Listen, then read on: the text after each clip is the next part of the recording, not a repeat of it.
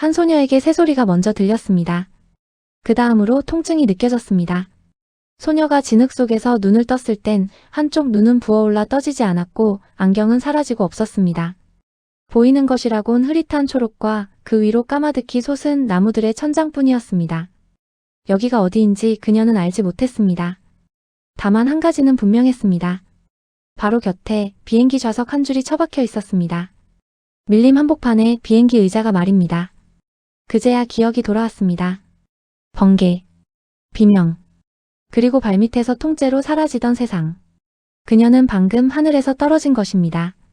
3km 상공에서 좌석에 묶인 채로 구름을 뚫고 아마존의 초록 아가리 속으로. 비행기에는 90명이 넘는 사람이 타고 있었습니다. 그 밀림에서 다시 눈을 뜬 사람은 그녀 하나였습니다. 1971년 크리스마스 이브에 이 이야기는 시작됩니다. 17살의 율리안의 케프케는 어머니와 함께 리마 공항에 서 있었습니다. 목적지는 푸칼파 밀림의 한가운데였습니다. 거기서 일하는 아버지 곁에서 크리스마스를 보내기로 한 것입니다. 그런데 표가 없었습니다. 딱 한 군데 아무도 타고 싶어 하지 않는 비행기에만 빈자리가 있었습니다. 사고 이력이 있는 평판이 좋지 않은 항공사였습니다. 사람들은 타지 말라고 했습니다. 하지만 크리스마스는 하루뿐이었고 아버지는 멀리 있었습니다. 인생을 가르는 결정은 가끔 그렇게 시시한 이유로 내려집니다. 그녀의 부모는 동물학자였습니다. 아버지는 길도 전기도 없는 밀림 깊은 곳에서 작은 연구소를 꾸리고 있었습니다. 율리아네에게 그 초록의 세계는 오지가 아니라 또 하나의 집이었습니다. 새와 짐승의 이름을 배우며 자란 곳이었습니다. 그때 익힌 것들이 제 목숨을 구하게 될 줄은 그땐 아무도 몰랐습니다. 이륙하고 30분 하늘이 표정을 바꿨습니다. 창밖이 대낮인데도 먹빛으로 캄캄해졌습니다. 비행기가 덜컹이기 시작했습니다. 처음엔 흔한 난기류 같았습니다. 그러나 흔들림은 멎지 않고 점점 거칠어졌습니다. 짐칸이 열려 가방이 쏟아졌고 크리스마스 선물 꾸러미가 통로를 굴러다녔습니다. 번개가 구름 속에서 터질 때마다 기내가 사진처럼 하얗게 멈췄습니다. 누군가는 기도를 시작했고 누군가는 비명을 질렀습니다. 그 소란 속에서 어머니가 조용히 말했습니다. 이제 다 끝이구나. 그게 율리아네가 들은 어머니의 마지막 말이었습니다. 다음 순간 번개가 오른쪽 날개를 깨물었습니다. 섬광. 그리고 세상이 통째로 사라졌습니다. 비명도 엔진 소리도 어머니도 없었습니다. 율리아네는 자기 좌석에 묶인 채 허공 한가운데에 있었습니다. 비행기는 어디에도 없었습니다. 까마득한 아래에서 초록의 밀림이 거대한 잎처럼 빙글빙글 돌며 솟아오르고 있었습니다. 바람이 그녀의 비명을 찢어갔습니다. 안전벨트 하나. 그게 그녀와 죽음 사이에 놓인 전부였습니다. 그리고 그녀는 정신을 잃었습니다. 어쩌면 그게 그녀에게 허락된 마지막 자비였는지도 모릅니다. 꼬박 하루가 지나서야 그녀는 진흙 위에서 눈을 떴습니다. 우리가 이야기를 시작했던 바로 그 장면입니다. 쇄골이 부러져 있었습니다. 팔은 찢어졌고 신발은 한 짝뿐이었습니다. 몸은 망가질 대로 망가졌는데 심장은 여전히 뛰고 있었습니다. 그게 문제라면 문제였습니다. 살아있다는 건 이제부터 살아남아야 한다는 뜻이었으니까요. 어떻게 그 높이에서 떨어지고도 숨이 붙었는지는 아직도 누구도 정확히 답하지 못합니다. 좌석이 낙하산처럼 빙글빙글 돈 덕분이라고도 빽빽한 나뭇잎이 충격을 한 겹씩 걷어냈다고도 합니다. 떨어진 사람은 많았지만 깨어난 사람은 그녀뿐이었습니다. 정글은 시끄러웠습니다. 새와 벌레와 물소리, 살아있는 모든 것이 떠들어댔습니다. 그런데 사람 소리만 없었습니다. 그녀는 어머니를 불렀습니다. 정글이 그 소리를 삼켰습니다. 다시 불렀습니다. 역시 삼켰습니다.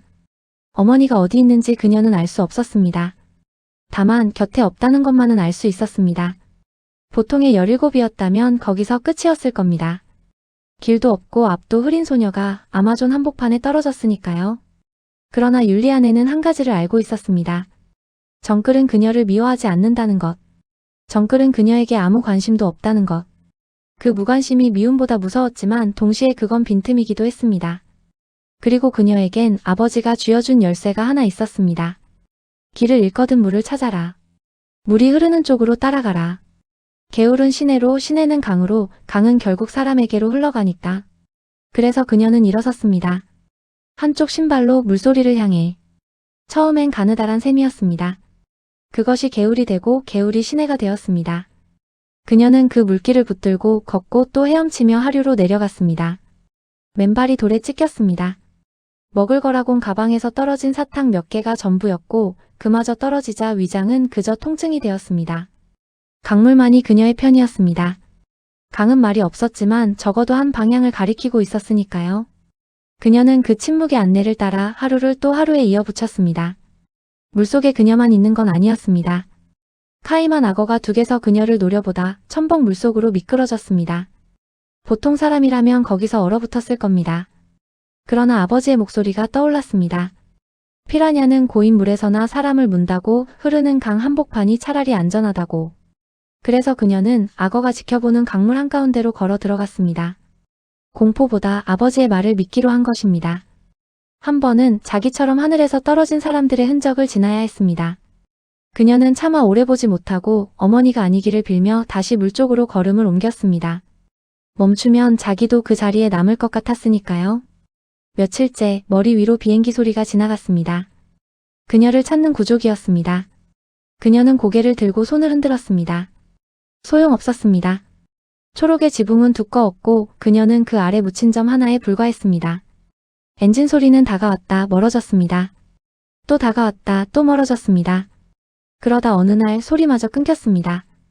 누군가 명단에서 그녀의 이름에 줄을 그는 것입니다. 사망. 그러나 그 사망자는 여전히 걷고 있었습니다. 세상이 펜으로 그녀를 지웠을 때 그녀는 발로 자기 이름을 다시 쓰고 있었습니다. 한 걸음에 한 글자씩. 날이 흐려졌습니다. 낮의 더위와 밤의 추위가 번갈아 그녀를 짓눌렀고 모기가 살아있는 담요처럼 온몸을 덮었습니다. 굶주림이 깊어지자 머릿속이 흐릿해졌습니다. 그래도 그녀는 멈추지 않았습니다. 멈추는 것과 죽는 것이 그 밀림에선 같은 말이었으니까요. 밤이 가장 길었습니다.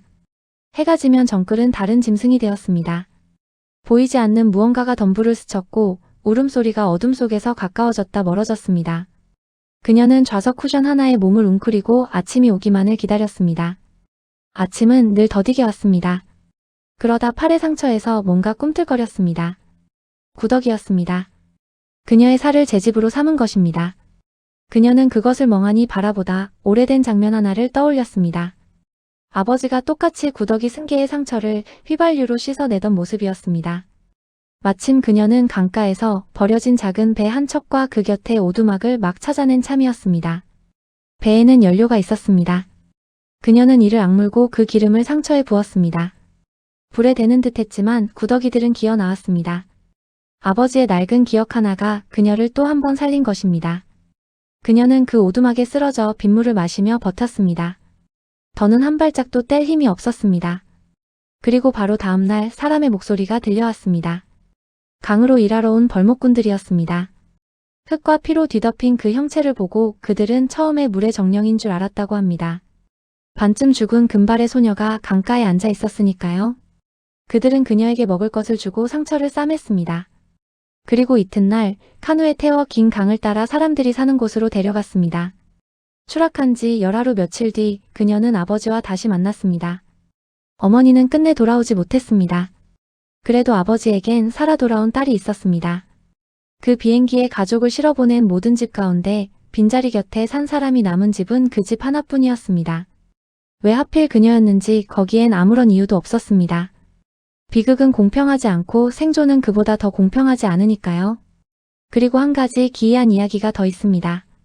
그날 그 비행기를 타려던 사람 중에 훗날 이름난 영화 감독이 된 한 청년이 있었습니다. 그는 막판에 예약이 어긋나 그 비행기를 놓쳤고 그래서 살았습니다. 세월이 흐른 뒤 그는 율리아네와 함께 그 추락의 현장으로 돌아가 그녀의 이야기를 영화로 남겼습니다.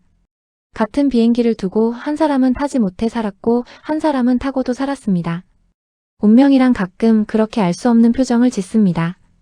세월이 더 흐른 뒤 율리아네는 생물학자가 되었습니다. 그리고 자신을 떨어뜨렸던 바로 그 밀림으로 제 발로 돌아갔습니다. 부모가 세운 그 연구소를 지키며 초록의 세계를 평생 들여다봤습니다. 그녀가 택한 연구 대상은 박쥐였습니다. 빛 한 점 없는 어둠 속에서도 길을 잃지 않는 동물.